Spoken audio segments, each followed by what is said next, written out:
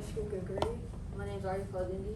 And my name is Shayana Boss, and today we will be presenting on our research question, which is, since the early 2000s, to what extent has low socioeconomic status negatively impacted AP scores? And our answer and our position on this question is a very stark one. Low socioeconomic status has negatively impacted AP scores to a great extent for students due to a variety of reasons which we will be discussing in our presentation today. Accessibility to external resources is the #1 priority for low-income students. They have to be able to thrive in the same way that their high-income peers do. This quote from Eric Roblin at College Board illustrates this issue well. He says, "Significant gaps persist in preparation across traditionally underserved students. Students in low-income schools can't access the same resources as their high-income peers, thus their preparedness for these AP exams isn't where it needs to be and their scores fall." Another quote, this one from the article, "Fewer resources, worse outcomes for students in schools with concentrated poverty," goes a little bit more in depth. It says, only a third of high poverty schools in Virginia were fully accredited by the state in 2013-2014 compared to almost all of low poverty schools. This shows the unequal outcomes on test performance that result from giving students with some of the greatest needs the fewest resources and supports. High poverty schools are automatically written off because of test scores when they aren't afforded the same resources or opportunities as low poverty schools. Looking at this bar graph, you should note the percentage gap between the classes low-income schools offer and the classes that high-income schools offer. As you can see here, AP classes are almost 100% guaranteed in a high-income school, while they're barely 75% guaranteed in a low-income school. There needs to be an equitable distribution of resources so that the data isn't skewed based on accessibility, and that way low-income schools can be afforded the same prestige and respect that high-income schools get, while also increasing their scores. As shown in the graph, since the early 2000s, the number of AP tests being taken has grown significantly, but unfortunately this has come with a rise in the percentage of tests with a score of a 1. A reason for this is that students with a low socioeconomic status are receiving a lower level of education. To start with, low-income schools do not have the same resources that higher-income schools offer. Nationally, high-poverty districts spend 15.6% less per student than low-poverty districts do, according to the U.S. Department of Education. Additionally, according to the Learning Policy Institute, turnover rates are 50% higher for teachers in Title I schools, which serve more low-income students. Mathematics and science teacher turnover rates are nearly 70% greater in Title I schools than in non-Title I schools, and turnover rates for alternatively certified teachers are more than 80% higher. A high teacher turnover rate causes low-income schools to not have a sufficient number of trained teachers, leading their staff to consist of largely underqualified teachers. Teachers who may not have the knowledge and requirements needed to teach an AP class get pushed into the program, offering a clear disadvantage for their low-income students. Furthermore, having a teacher leave in the middle of the year can be extremely harmful for students, and they can lose a large amount of instructional time.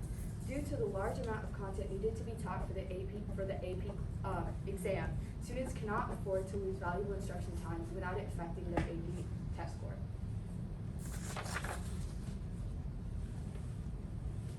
Finally, AP courses are pushed onto schools and students that can't necessarily handle the rigor of AP courses. As you can see from this graph here, from 2011 to 2012, there was a little less than a 50% pass rate, which is scoring a 3 or higher.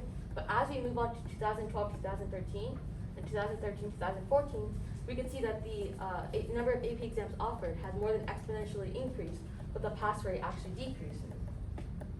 So this means that pushing AP courses on students might not necessarily increase the scores of AP students. So why are administrators pushing AP courses onto students in the first place?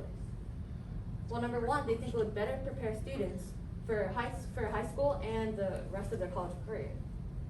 Number two is that it would boost their rankings among other schools in the county or the nation.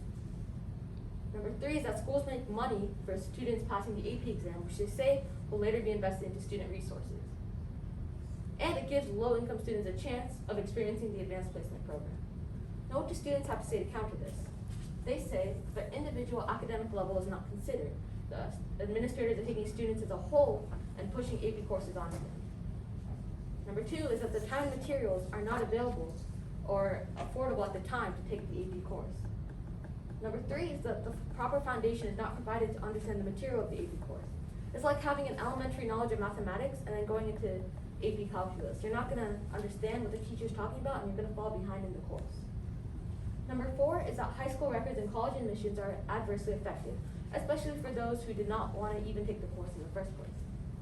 So this quote illustrates this. She says, "One of the complaints parents and students alike have in districts that are requiring the exam is that some families cannot afford the expense of the test.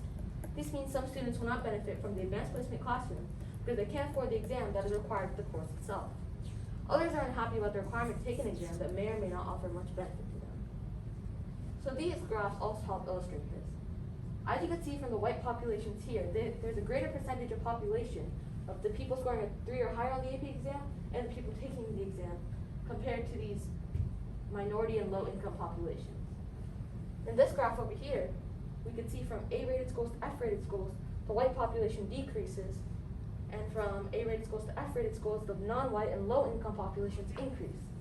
So as you can see from this graph, the non-white and low-income students have less of a chance of passing the AP exam because they don't have the resources available, and these students go to F-rated schools. And we know that teachers in schools earn money for students passing AP exams. So if they're not earning money in these F-rated schools, they're not able to provide the funding compared to the A-rated schools who keep earning the money to give their students better resources. So now it is time for our solution. Our solution to this issue, as evidenced by the statistic from Madden and Wise, that shows that waiving AP fees and SAT fees for low-income students increased SAT scores and improved college preparedness factors. Our solution is to waive test fees for low-income students, which allows for more accessibility. This is one of many possible solutions to this issue, and since it is already used on many state levels, such as here in Florida, it will be used to improve AP scores at a national level for low-income students. Now there are 2 limitations to this solution. Number 1, where would the money come for to fund our solution? Because as it stands, the pandemic has put federal and state budgets under a lot of strain, and they may not have the extra money to push around to fund these solutions. And number 2, how can we ensure that this additional funding will actually be used to help the students? In other words, how can we be sure that it will not be misappropriated by people who it is not meant for? And number 2, it may end up in the wrong hands and end up helping higher income students, or end up helping the people that is not supposed to help, and then it will leave the low income students in the same problem that we start with, and it will be a waste of money if things go wrong with that. We're excited, and thank you so much for listening to our presentation today, and we hope you have a great day.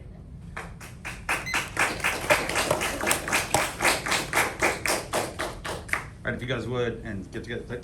All right, come on up, Anushka. Okay, there you go. All right, we're just gonna go from Kate over to Anushka. Kate, first up. Describe an argument from one of your peers' individual reports that makes you think differently about the team's solution. So, Anushka had one that was talked about teacher turnover rates, right? So that kind of played into the fact that, you know, even if we do subsidize these test scores, if they aren't having like good teachers and the teachers keep leaving, then the subsidies won't really help that much, right? So we need to probably fix the teacher turnover rates before we go into test waiving fees. All right. Aria, what's a way in which your team's solution makes you think differently about your research? So our solution was to eliminate taking the test fees for taking the AP exam. So my claim was about low-income AP courses being pushed onto low-income students. So if the test fees are waived, it makes me think differently about if this would still be a problem, and if the AP, the low-income students would not have the time and materials to take the course. All right.